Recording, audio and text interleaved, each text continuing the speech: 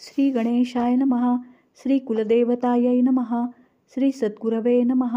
श्रीराम जय राम जय जय राम. अध्यात्म रामायण किष्किंधाकांड चतुर्थः सर्गः. श्री शंकर म्हणाले, श्रीराम लक्ष्मणासह पर्जन्य काळाचे दिवस संपेपर्यंत त्या पर्वतावर तेथील रत्नांच्या गुहेत मौजेत फिरून आणि पिकलेली मुळे आणि फळे भक्षण करून आनंदात राहिले. वायुप्रेरित होऊन आकाशात सर्वत्र संचार करणारे पाण्याने भरलेले मेघ आणि मधूनमधून गर्जना करून चकचकणाऱ्या विजा ह्या योगे सुवर्णचूल घालून सजलेले हत्तींचे कळपच आपण पाहत आहोत की काय, असा भास रामाला होत होता. त्यामुळे त्याला आश्चर्य वाटले. कोवळे गवत खाऊन दुष्टपुष्ट झालेले पशु आणि पक्षी रामाला पाहून डोळे ताट उघडून त्याच्या सभोवती धावून येत असत. ध्याननिष्ठ मुनिश्रेष्ठ निश्चल असतात त्याचप्रमाणे ते पशुपक्षी तेथे स्थिर होऊन राहत असत. त्यावरून हे कोणी मूळचे सिद्ध समुदाय असून ते राम म्हणजे प्रत्यक्ष परमात्माच मनुष्यरूपाने पर्वतावरील अरण्य प्रदेशांतून संचार करीत आहे असे जाणून पशुपक्ष्यांची रूपे घेऊन त्याची सेवा करीत आहेत की काय असे वाटत होते. एकेवेळी समाधी उतरून राम एकांतात ध्यानतत्पर बसला असता लक्ष्मण भक्तिप्रेम पुरस्सर नम्रपणे त्याला म्हणाला, देवा, पूर्वी आपण मला केलेल्या उपदेशाने अज्ञानबीजमूलक माझ्या मनातील संशय दूर झालाच आहे. सांप्रत लोकांमध्ये योगीजन ज्या उपासना पद्धतीने तुझी आराधना करीत असतात ती ऐकण्याविषयी हे राघवा मला इच्छा झाली आहे. अनेक योगी त्याचप्रमाणे नारद आणि कमलयोनी ब्रह्मदेव यांनीही हेच तुझे पूजाराधन मोक्षसाधन असल्याचे सांगितले आहे. राजेंद्रा, ब्राह्मण क्षत्रिय इत्यादी वर्णांना आणि ब्रह्मचर्यादी आश्रमांना मोक्ष देणारे त्याचप्रमाणे सर्वांना सुलभ असे मुक्तिसाधन म्हटले म्हणजे हेच तुझे पूजाराधन होय. तुझी भक्ती करणारा मी तुझा भाऊ आहे. तरी लोकोपकारक असा हा उपासना मार्ग तू मला सांगावा. श्रीराम म्हणाले, हे रघुनंदना लक्ष्मणा, माझ्या उपासनेच्या प्रकारांना मिती नाही. तथापि शास्त्रानुसार क्रमाने ते मी तुला थोडक्यात सांगतो. आपापल्या गृह्यसूत्रांनुसार ब्राह्मणत्व प्राप्त झाले असता मनुष्याने भक्तिपूर्वक सद्गुरूपासून मंत्रोपदेश घ्यावा. मग त्याने दाखवलेल्या विधीप्रमाणे अंतःकरणपूर्वक माझीच आराधना करावी. ही माझी आराधना हृदय, अग्नी, एखादी मूर्ती वगैरे अथवा सूर्यनारायण ह्यांच्या ठिकाणी करावी. अथवा शालिग्राम शिलाही घेऊन निरलसपणे माझे पूजन करावे. प्रथमतः देहशुद्धीसाठी प्रातस्नान करावे. वेदांमध्ये आणि तंत्रांमध्ये सांगितलेल्या मंत्रांनी मृत्तिका लावणे इत्यादी विधी आचरून संध्याधिक नित्याची कर्मे समजून घेऊन ती शहाण्याने यथाविधी करावी. आरंभी कर्माच्या सिद्धीसाठी शहाण्या मनुष्याने संकल्प करावा व मग त्या माझ्या पूजकाने मतबुद्धीनेच आपल्या गुरुची भक्तिपूर्वक पूजा करावी. पाषाण प्रतिमा असल्यास तिला स्नान घालावे. मृत्तिकादिकांच्या मूर्ती असल्यास त्यांवर मार्जन करावे. नंतर शास्त्रात मानलेल्या गंधपुष्पादिकांनी माझे पूजन करावे. तेणेकरून सिद्धी प्राप्त होते. दंभवृत्ती सोडून देऊन व नित्यनेम साधून विधीपूर्वक माझी पूजा करावी. कुलनंदना, प्रतिमेवर अलंकार घातले असता मला संतोष होतो. अग्नीमध्ये हवीर द्रव्ये टाकून होम करावा. प्रत्यक्ष सूर्याची अगर जमिनीवर सूर्यचित्र काढून त्याची पूजा करावी. भक्ताने श्रद्धापुरस्सर अर्पण केलेल्या केवळ उदकाने देखील माझा संतोष होतो. मग भक्ष्यभोज्यादी पदार्थ आणि गंधपुष्पाक्षता इत्यादिकांनी मी संतुष्ट होतो हे वेगळे कशाला सांगितले पाहिजे. सर्व पूजाद्रव्ये मिळवून पूजा आरंभावी. वस्त्र, चर्म, दर्भ यांच्या योगे उत्तम आसन सिद्ध करून त्यावर देवाकडे तोंड करून निर्मल अंतःकरणाने बसावे. नंतर अकारादी वर्ण आणि केशवादी नामानुसार बाह्य आणि अभ्यंतर न्यास आणि त्यानंतर तत्वन्यास करावे. पुढे माझ्या मूर्तीच्या देहावर महान्यास करावा. नंतर मंत्रातील अक्षरांचा स्वतःच्या व मूर्तीच्याही शरीरावर निरलसपणे न्यास करावा. आपल्या पुढे डाव्या बाजूला उदकाचा कलश ठेवावा. पुष्पे वगैरे उजवीकडे ठेवावी. अर्ध्यपाद्य देण्याकरता, मधुपर्काकरता आणि आचमनाकरिता 4 पात्रे ठेवावी.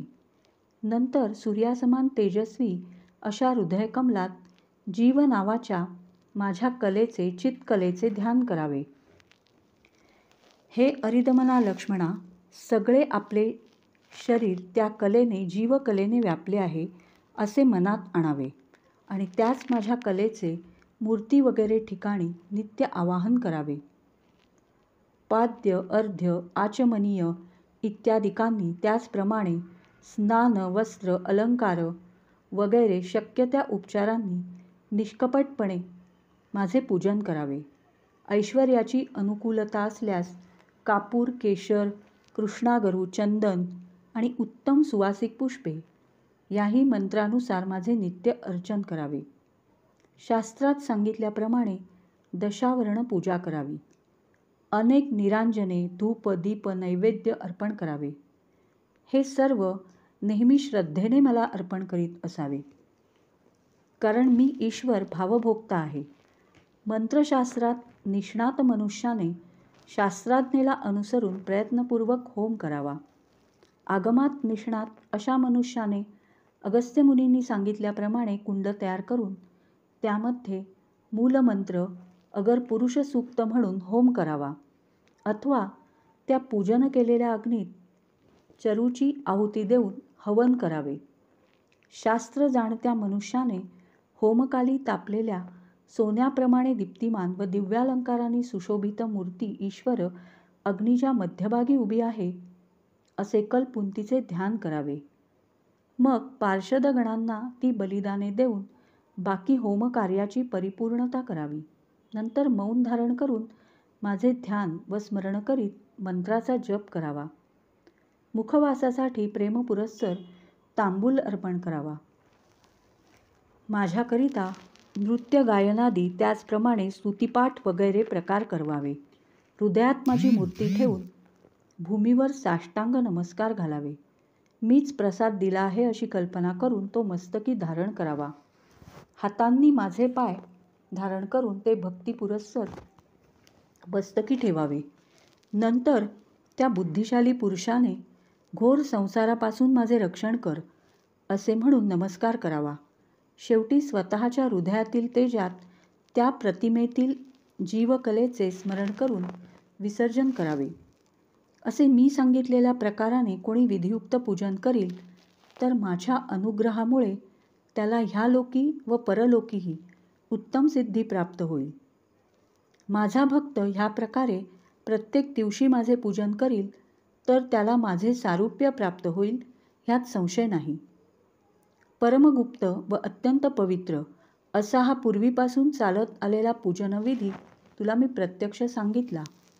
जो ह्याचे नित्य पठण किंवा श्रवण करील त्याला सर्व पूजाफल मिळेल, यात संशय नाही.